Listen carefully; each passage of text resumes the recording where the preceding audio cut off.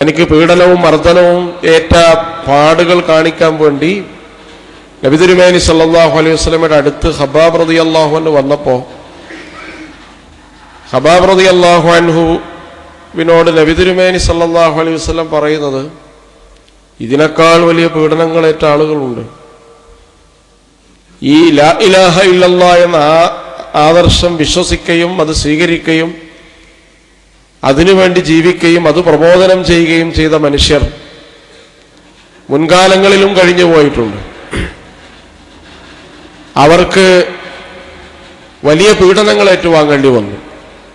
കിടങ്ങ് കുഴിച്ച് അതിലെ കിടക്കി നിർത്തി ഇരുമ്പിന്റെ ചീർപ്പ് കൊണ്ട് അവരുടെ എല്ലും മാംസവും വേർതിരിച്ചു. ചില ആളുകളെ അഗ്നികുണ്ടാരത്തിലേക്ക് വലിച്ചെറിഞ്ഞു. ചില ആളുകളെ ഈർച്ചവാളുകൊണ്ട് നെടുക പിളർത്തി. പ്രവാചകന്മാർ വരെ കൊലക്ക് വിധേയമായി. ഹദ്റത്ത് സക്കരിയ അലൈഹിസ്സലാം, ഹദ്റത്ത് യഹ്യ അലൈഹിസ്സലാം ഒക്കെ കൊല്ലപ്പെട്ടതാണ്, സാധാരണ രീതിയിൽ മരണപ്പെട്ടതല്ല. ഇങ്ങനെയുള്ള ഒരു അവസ്ഥ പറഞ്ഞു കൊടുത്തിട്ട് ഖബ്ബാബ് റളിയല്ലാഹു അൻഹുവിനോട് നബി സല്ലല്ലാഹു അലൈഹി വസല്ലം പറയുന്നത്, ഖബ്ബാബ്, നിങ്ങൾ ധൃതി കാണിക്കരുത്. സന്നാ മുതൽ ഹദറമൗത്ത് വരെ ഒരു യാത്രക്കാരന് നിർഭയമായി സഞ്ചരിക്കാൻ പറ്റുന്ന ഒരു കാലം വരും. ആട്ടിൻപറ്റമുണ്ടെങ്കിൽ അതിനെ പിടിക്കുന്ന ചെന്നായെ മാത്രം പേടിച്ചാൽ മതി, മനുഷ്യരെ പേടിക്കേണ്ടി വരില്ല. നിർഭയമായൊരവസ്ഥ. കന്യാകുമാരി മുതൽ കാശ്മീർ വരെ, മഞ്ചേശ്വരം മുതൽ പാറശാല വരെ ഒരാൾക്ക് നിർഭയമായി സഞ്ചരിക്കാൻ പറ്റുക.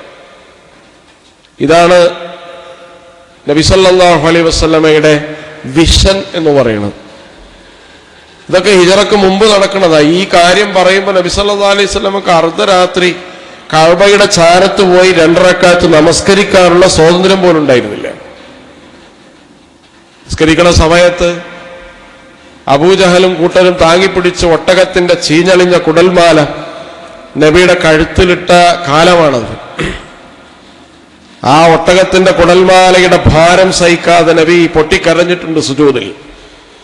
അത് വലിച്ചു നീക്കാൻ നബിക്ക് സഹായിയായി വന്നത് സ്വന്തം മകളായ ഫാത്തിമ റളിയല്ലാഹു അൻഹയാണ്. ആ കുട്ടി അതിന്റെ ഭാരം കാരണം തെറിച്ചു പോയിട്ടുണ്ട്. ആ കാലത്താണ് താൻ വിശ്വസിക്കുന്ന ആദർശം അംഗീകരിച്ച് ജീവിക്കാൻ സ്വാതന്ത്ര്യമില്ലാത്ത ഒരു കാലത്ത് വലിയൊരു ഭൂമി, വലിയൊരു നാഗരികത, വലിയൊരു പ്രദേശം ക്ഷേമൈശ്വര്യങ്ങളോടുകൂടി പുലരുമെന്ന് പ്രഖ്യാപിക്കാൻ നബി സല്ലല്ലാഹു അലൈഹി വസല്ലമക്ക് സാധിച്ചിട്ടുണ്ട്.